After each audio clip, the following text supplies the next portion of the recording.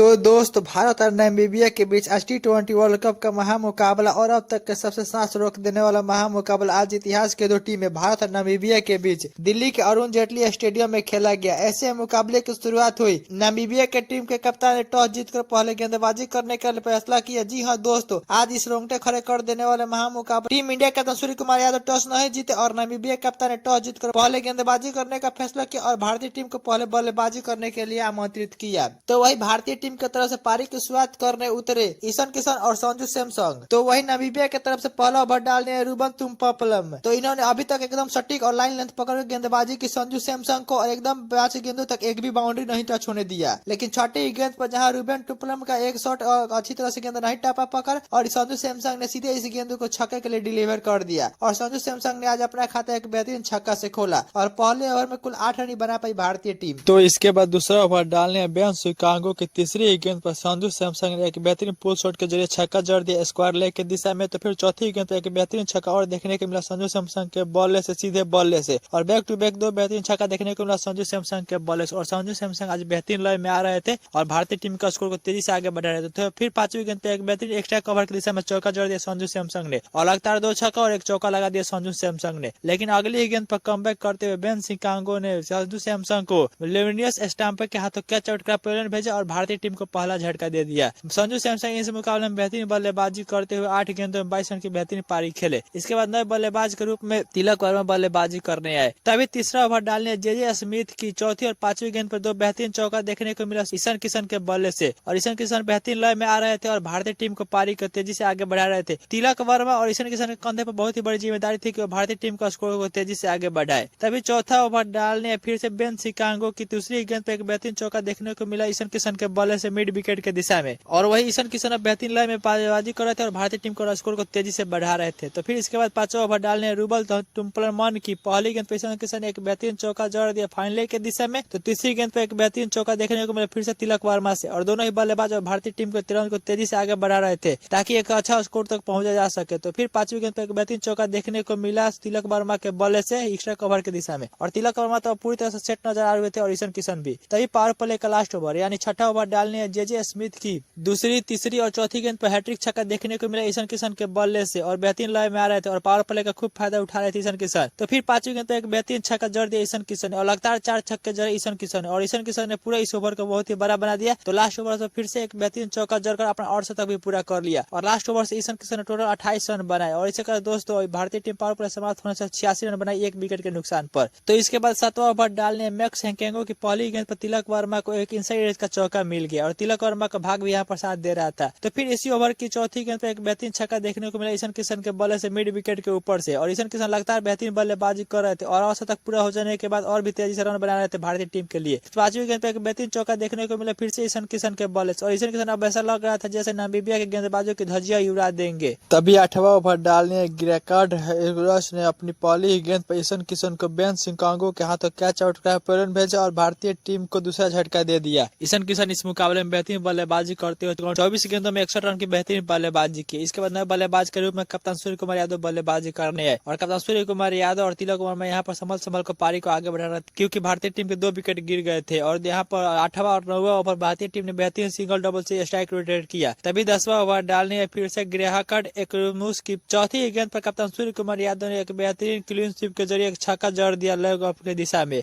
और सूर्य कुमार यादव भी अब बेहतरीन लय में नजर आ रहे थे और इसी के साथ दोस्तों 10 ओवर के समाप्ति पर भारतीय टीम का स्कोर 130 रन हो गया 2 विकेट के नुकसान पर। बैंकर एक्स्ट्रा ने अपनी पहली गेंद पर सूर्य कुमार यादव को स्टंप आउट का प्रेरण भेज दिया और भारतीय टीम को तीसरा झटका दे दिया। कप्तान सूर्य कुमार यादव इस मुकाबले में कुछ खास कमाल नहीं कर पाए और 13 गेंदों में 12 रन बना पाए। इसके बाद नए बल्लेबाज के रूप में हार्दिक पांड्या बल्लेबाजी करने आए और अब हार्दिक पांड्या और तिलक वर्मा अपनी पारी को आगे बढ़ाया था ताकि इस भारतीय टीम को एक अच्छा टोटल तक पहुंचाया जा सके। लेकिन अगली ओवर डालने फिर से ग्रेकार्ड एकमुस ने अपनी 5वीं गेंद पर तिलक वर्मा जे स्मिथ के हाथों कैच आउट का प्रेरण भेजा और भारतीय टीम को चौथा झटका दे दिया। तिलक वर्मा इस मुकाबले में बेहतरीन बल्लेबाजी करते हुए 21 गेंदों में 25 रन बना पाए। इसके बाद नए बल्लेबाज के रूप में शिवम दुबे बल्लेबाजी करने आए। अब और यहाँ से हार्दिक पांड्या और शिवम दुबे के बीच अच्छी साझेदारी की जरूरत थी ताकि भारतीय टीम को एक अच्छे टोटल तक पहुंचाया जा सके। तभी 13वां ओवर डालने फिर से बेहतर स्क्रॉच की चौथी गेंद पर हार्दिक पांड्या ने एक बेहतरीन लगन की दिशा में छक्का जड़ दिया और अपनी पारी को आगे बढ़ाया। अब यहाँ से हार्दिक पांड्या और शिवम दुबे संभल कर बल्लेबाजी कर रहे थे और सिंगल डबल से ही रोटेट कर रहे थे स्ट्राइक। तो इसके बाद 14वां ओवर डालने रूबन तुमपलम की 5वीं 15वीं गेंद पर एक बेहतरीन चौका देखने को मिला हार्दिक पांड्या के बल्ले से एक्स्ट्रा कवर की दिशा में। हार्दिक पांड्या भी यहाँ पर अपसेट नजर आ चुके थे। तभी 15वां ओवर डालने बेन स्कॉटलर की दूसरी ही गेंद पर शिवम दुबे ने एक बेहतरीन छक्का जड़ दिया 107 मीटर के मिड विकेट के ऊपर से, और शिवम दुबे भी अब अच्छी लय में नजर आ रहे थे और भारतीय टीम के लिए तेजी से रन बना रहे थे। तो फिर इसी ओवर की चौथी गेंद पर एक बेहतरीन छक्का देखने मिला हार्दिक पांड्या के बल्ले से, और इन्होंने यह छक्का 109 मीटर का लगाया लोगन के ऊपर से,